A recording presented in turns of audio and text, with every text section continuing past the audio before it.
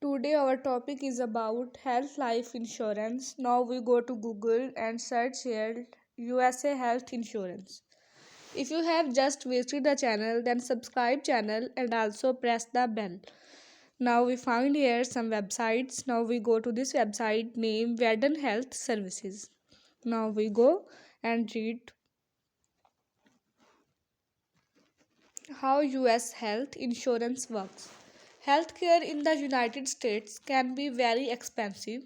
A single doctor's office visit may cost several $100s, and an average 3-day hospital stay can run ten of thousands of dollars or even more. Depending on the type of car provided, most of us could not afford to pay such large sums if we get sick, especially since we don't know when we might become ill or injured or how much care we might need. Health insurance offers a way to reduce such costs to more reasonable amounts. The way it typically works is that the consumer pays on upfront premium to health insurance company, and that payment allows you to share risk with lot of other people in roles who are making similar payments since most people are healthy most of time. The premium dollars paid to the insurance company can be used to cover the expenses of the relatively small number of roles who get sick or injured. Insurance companies, as you can imagine, have studied risk extensively, and their goal is to collect enough premium to cover medical costs of the enrolls. There are many different types of health insurance plans in the US and many different rules and arrangements regarding care. Following are three important questions you should ask when making a decision about the health insurance that you will work best for you. 1. Where can I receive care? One way that health insurance plans control their cost is to influence access to providers. Providers include physicians, hospitals, laboratories, pharmacies, and other entities. Many insurance companies contract with a specified work network of providers that has agreed to supply services to plan enroll at more favorable pricing. If a provider is not in plan for network, the insurance company may not pay for the service provided or may pay a smaller portion that it would for in-network care. This means the enroll who goes outside of the network for care may be required to pay a much higher share of the cost.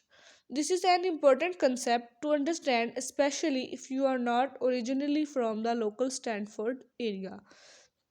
If you have a plan through a parent, for example, and that plan's network is in your hometown, you may not be able to get the care you need in the Stanford area, or you may incur much higher costs to get that care.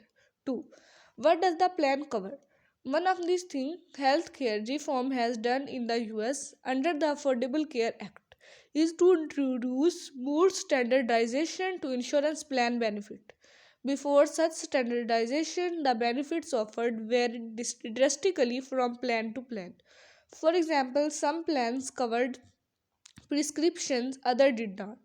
Now, plans in the US are required to offer a number of essential health benefits, which include emergency services, hospitalization, laboratory tests, maternity and newborn care, mental health, and substance abuse treatment.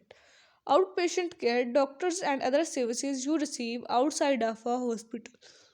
Pediatric services including dental and vision care, prescription drugs, preventive services, immunization and management of chronic disease. Rehabilitation services for our international population of students who might be considering coverage through a non-US based plan. Asking the question, what does the plan cover, is extremely important. 3. How much will it cost? Understanding what insurance coverage cost is actually quite complicated. In our overview, we talked about paying a premium to enroll in a plan. This is an upfront cost that is transparent to you. Know how much you pay. Unfortunately, for most plans, this is the only cost associated with the care you receive. There is also typically cost when you access card. Such cost is captured by deductibles, conscience, and corpus. See definitions below, and it presents the share you pay out of your own pocket. When you receive care, as a general rule of thumb, the more you pay in premium upfront, the less you will pay when you access care. The less you pay in premium, the more you will pay when you access care. The question of our students is pay a larger share now or pay a larger share later. Either way, you will pay the cost for shares you receive. We have taken the approach that it is better to pay a larger share in the upfront premium to minimize as much as possible costs that are incurred at the time of service. The reason of our thinking is that we don't want any barrier to care, such as a high copay at the time of service that discourages students from getting care. We want students to access medical care whenever it is needed. Important insurance terms and concepts. Out of pocket expenses. The terms out of pocket cost and or cost sharing refer to the portion of your medical expenses you are responsible for paying when you actually receive health care. The monthly premium you pay for care is separate from these costs. Annual deductible.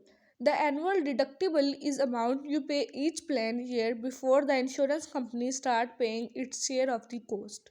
If the deductible is $2,000, then you are responsible for paying the first $2,000 in healthcare you receive each year, after which is the insurance company would start paying its share. Copayment or copay. The copay is a fixed upfront amount you pay each time you receive care when the care is subject to copay. For example, a copay of $30 might be applicable for a doctor visit, after which the insurance company picks up the rest. Plans with higher premium generally have lower copays and vice versa. Plans that don't have copay typically use other method of cost sharing. Coinsurance. Coinsurance is percentage of the cost of your medical care. For an MRI that costs $1,000, you might pay 20%, $200. Your insurance company will pay the other 80%, $800 plans. With higher premium typically have less coinsurance. Annual out of pocket maximum. The annual out of pocket maximum is the most cost sharing you will be responsible for in a year. It is the total of your deductible, copays, and coinsurance but does not include your premium. Once you hit this limit, the insurance company will pick up 100% of your covered cost of the remainder of the planned year. Most enrolls never reach the out of pocket limit, but it can happen if a lot of costly treatment for a serious accident or illness is needed. Plans with higher premiums generally have lower out of pocket limit. What is meant to be a covered benefit? The term covered benefit and covered are used regularly in the insurance industry but can be confusing. A covered benefit generally refers to a health service, and you can read here and you can log in this website and you can visit for more information this website. Now we end this video. Thanks.